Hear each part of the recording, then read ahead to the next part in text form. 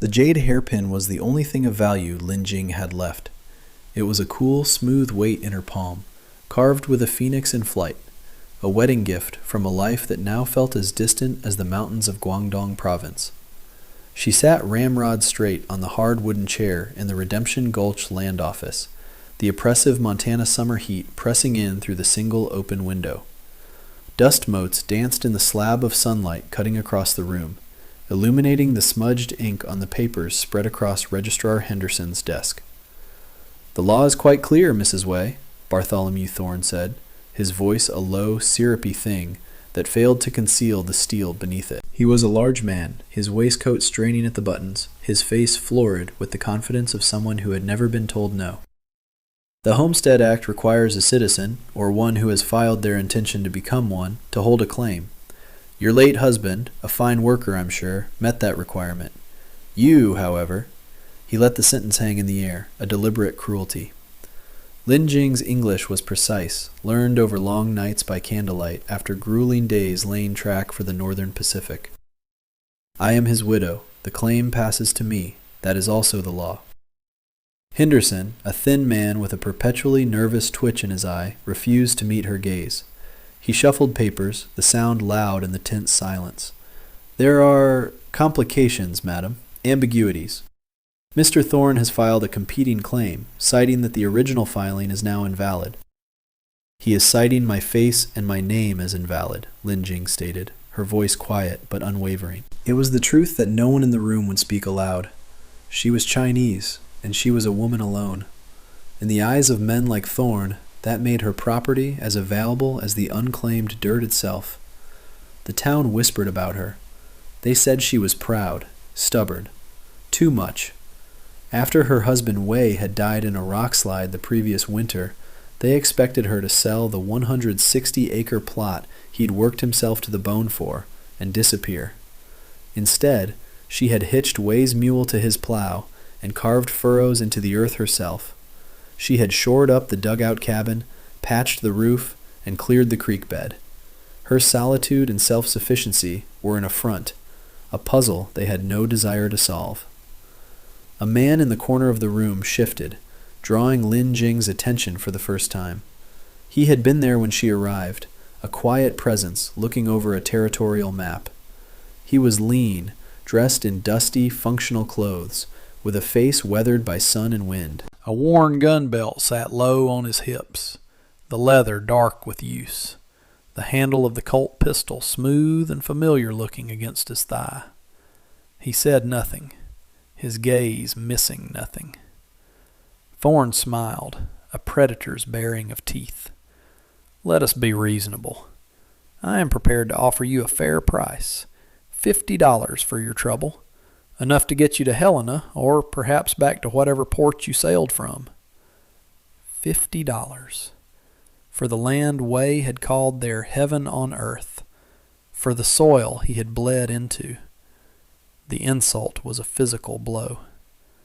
Lin Jing closed her hand tighter around the hairpin. "The land is not for sale." Thorne's patience snapped. The veneer of civility vanished. "You have until Friday. Take the money, or my lawyers will have an eviction order from the territorial marshal. You will leave with nothing but the clothes on your back. Do you understand me?" Lin Jing stood, her small frame radiating a dignity that made Thorne's bulk seem clumsy. She placed her palms flat on Henderson's desk and leaned forward, her eyes holding the registrar's until he finally, reluctantly, looked up. "I understand that you are a coward, Mr. Henderson, and you," she said, turning her gaze to Thorne, "are a thief."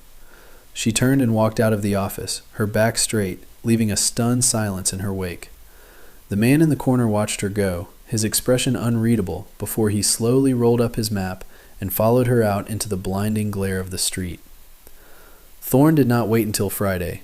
2 days later, the Grady brothers appeared at her homestead. They were rough men who worked for Thorne, their knuckles scarred and their eyes empty of everything but casual menace. Lin Jing was hauling water from the well when they rode up, their horses trampling the edges of her vegetable garden. "Mr. Thorne sent us," the older one, Cal, announced, spitting a stream of tobacco juice near her feet. "He wants you to reconsider his offer." There is nothing to reconsider, Lin Jing said, setting her buckets down. Her heart hammered against her ribs, but she kept her hands steady. Wei's old shotgun was just inside the cabin door. The younger brother, Jesse, dismounted and swaggered over to the hand pump at the wellhead. It was her lifeline, the one piece of machinery she depended on utterly in the bone-dry summer. He grinned.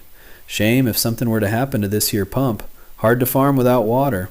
He picked up a heavy rock. Get away from there, Lin Jing's voice was sharp. Cal laughed. Or what, little lady? You gonna stop us? That was when she moved. In a fluid motion, she was inside the cabin and back out again, the long barrel of the shotgun resting in her hands. She did not raise it to her shoulder. She simply held it, the weight a familiar, solid thing. I said, get away! The Gradys froze, surprised by the speed, but not intimidated. They were two, and she was one. They could see the tremor in her arms. You ain't got the nerve, Jesse sneered and raised the rock. A voice, calm and low, cut through the tension. I'd put the rock down if I were you. The man from the land office was standing at the edge of her property, not 20 yards away. Silas Vance. He hadn't ridden up. He had walked, silent as a shadow. His hands were empty, hanging loose at his sides. He looked at the Grady brothers, his gaze lingering for a moment on the brands on their horses, then on their faces.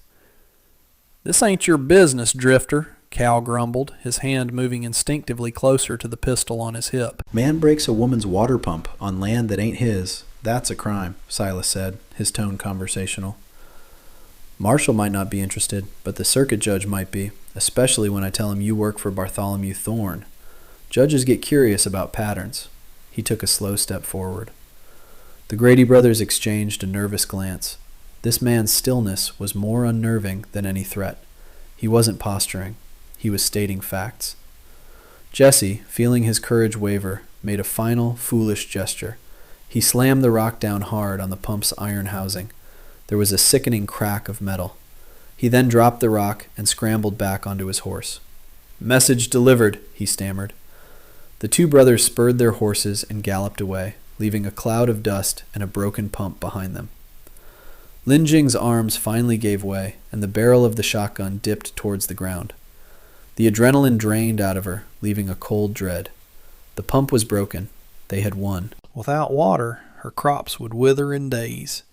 She would be starved out. Silas Vance walked over, his boots making soft sounds in the dust. He didn't look at her. He looked at the pump. He crouched, examining the damage. He didn't break the casing, he said, more to himself than to her. Just the handle mechanism. He looked up at her then. You have tools? Lin Jing stared at him, bewildered. What? Tools, he repeated patiently. A wrench, a hammer, whatever your husband left. She nodded numbly and gestured toward the small shed. He went inside and returned with Wei's worn tool roll.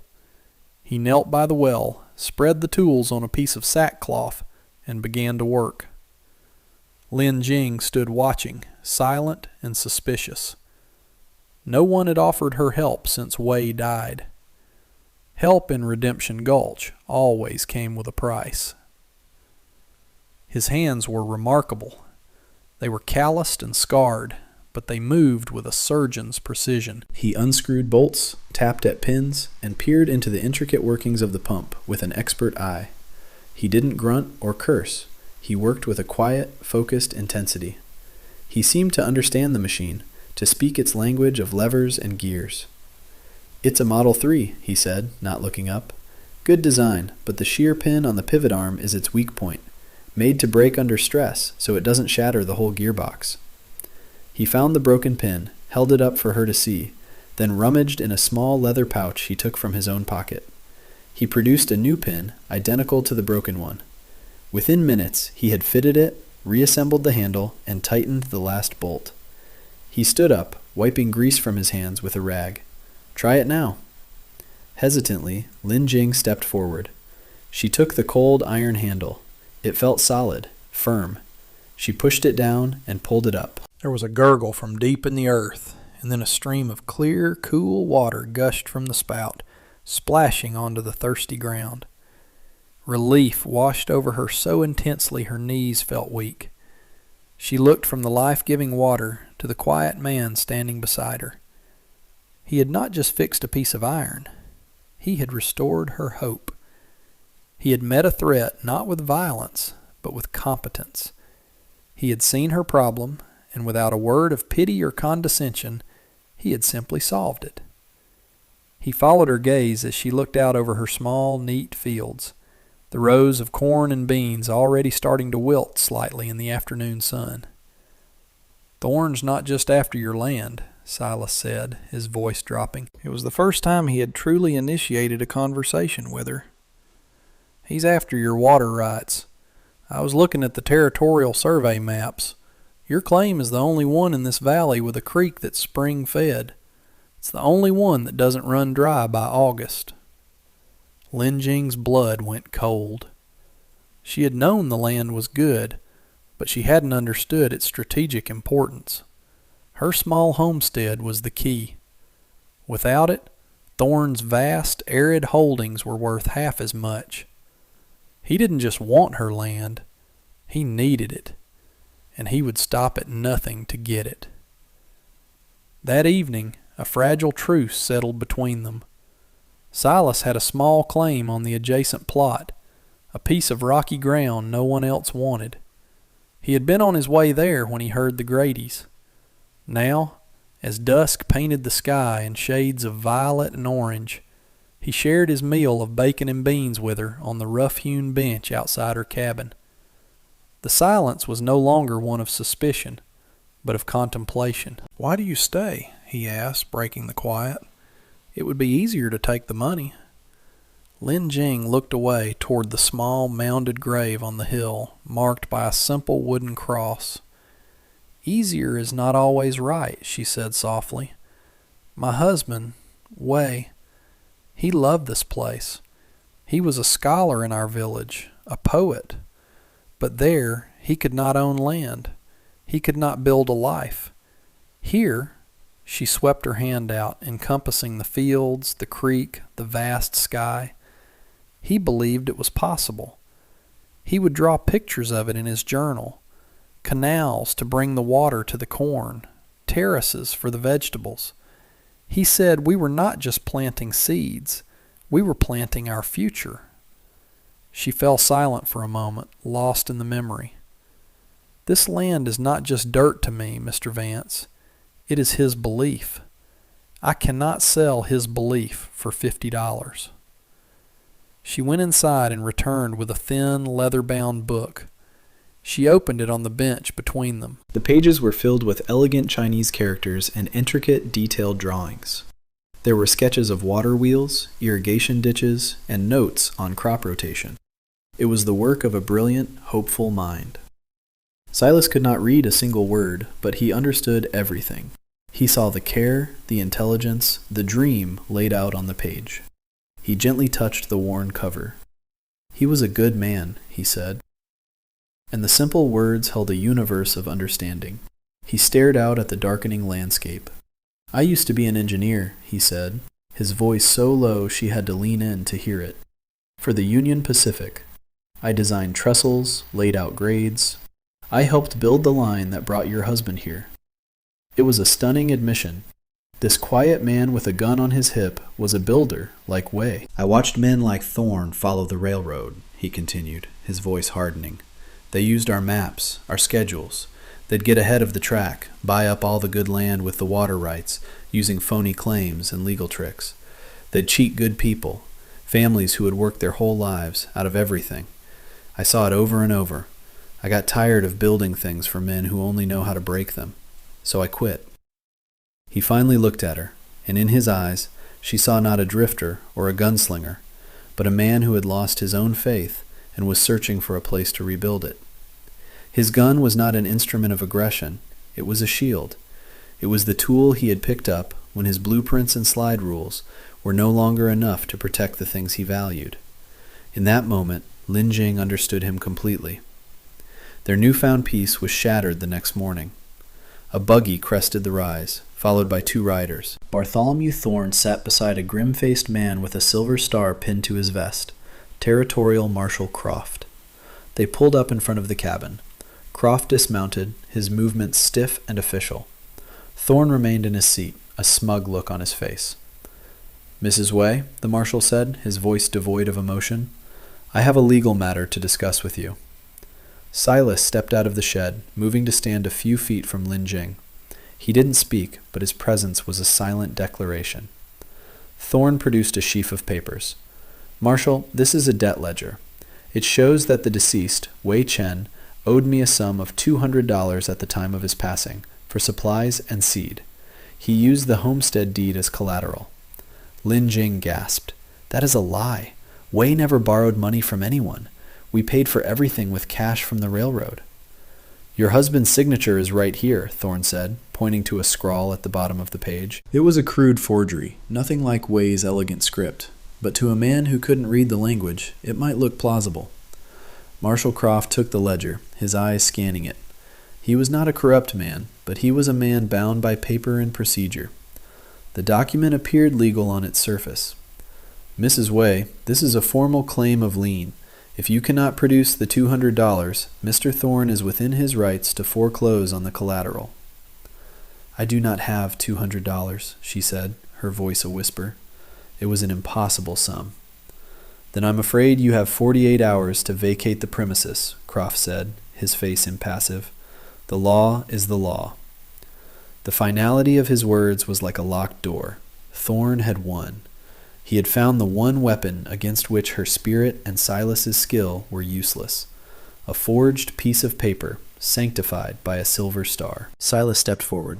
"Marshal, you know this is fraudulent."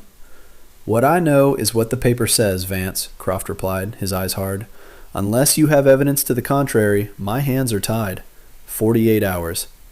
He and his riders turned and left. Thorne gave Lin Jing a last triumphant smirk before his buggy followed. They were alone again, with the dust and the silence and the impossible deadline. Lin Jing felt the world shrink to the small patch of ground she stood on. She could run. She could take what little she had and disappear, become another forgotten soul on the frontier. Or she could stay. To stay meant facing the full force of the law, a force wielded by a man who wanted her gone. It meant risking prison, or worse. Silas came to her side. "He's a liar, Lin Jing. But the marshal's right. We need proof." He looked at her, his gaze steady. "I'll stand with you, whatever you decide." The choice was hers. Everything Wei had worked for, everything she had fought to protect, came down to this moment.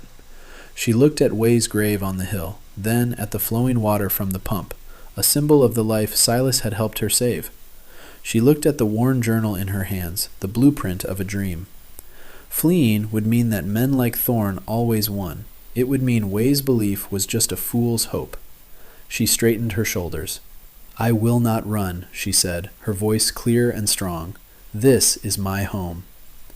The choice cost her the illusion of safety, the possibility of an easy escape. It bound her to this land and to the man who stood beside her, come what may. 4 months later, the oppressive heat of summer had given way to the crisp, golden light of autumn.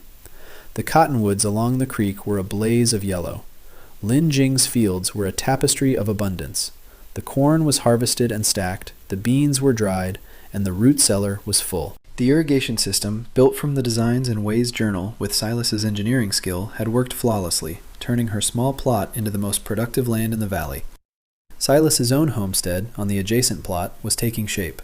A sturdy cabin stood where there had been only rock and sagebrush, and a new barn was half completed.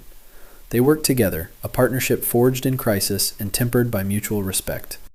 He had taught her how to frame a wall. She had shown him the secrets of Wei's terraced garden beds. The town, which had once whispered that she was too much, now watched in grudging admiration. Their success, quiet and steady, was a rebuke to Thorne's greed. Thorne himself was gone. His power, which had seemed so absolute, had crumbled like dry earth. In the 48 hours Croft had given them, Silas had not reached for his gun. He had saddled his horse and ridden the 60 miles to the territorial capital in a day and a night. He had not gone to the law office. He had gone to the regional headquarters of the Northern Pacific Railroad. As a former engineer, he knew they kept meticulous records. He found Way's employment file. It contained pay stubs for every month of his work, proving he had a steady income and no need for a loan. But Silas found something more important. He found the original surveyor's map for the railroad's right-of-way, a federal document that superseded any local claim. It clearly showed that the spring feeding the creek on Linjing's land was designated a public water source, vital for the railroad's steam engines. Thorne's claim had been based on a fraudulent, redrawn map he had filed at the local office. He had not just tried to steal from a widow, he had tried to steal from the railroad. When Marshall Croft was presented with federal documents and the quiet testimony of a railroad official, he had no choice. Confronted with a power far greater than his own, Thorne was arrested for fraud, his empire of paper and intimidation collapsing overnight. Now, in the cool of the evening, Lin Jing and Silas stood on the porch of her cabin, looking out over the land they had saved together. He noticed the jade hairpin was back in her hair, its green stone catching the last rays of the setting sun. She had put it away for safekeeping during the confrontation, a treasure she couldn't bear to lose. Seeing it back in its place felt like a quiet victory. He turned to her, a rare smile touching the corners of his mouth. "The folks in town, they used to say you were too much for any man." He paused, his gaze taking in her resolute face, the strength in her eyes. "I reckon they were right. You were too much for them." Lin Jing looked at him, and for the first time since Way's death, a genuine, unburdened smile reached her eyes. She had learned that being called too much was not an insult. It was a measure of a spirit that refused to be diminished, a strength that did not need to be tamed. It simply needed a place to build, and someone who knew how to build alongside it. And that brings us to the end of this one. If you stayed with me all the way through, thank you. Stories like this one only get told because folks like you sit down and listen. If you liked what you heard, go ahead and hit that like button. And if you want more stories from the old frontier, subscribe so you don't miss the next one. Until then, take care of yourself, and thanks again for being here.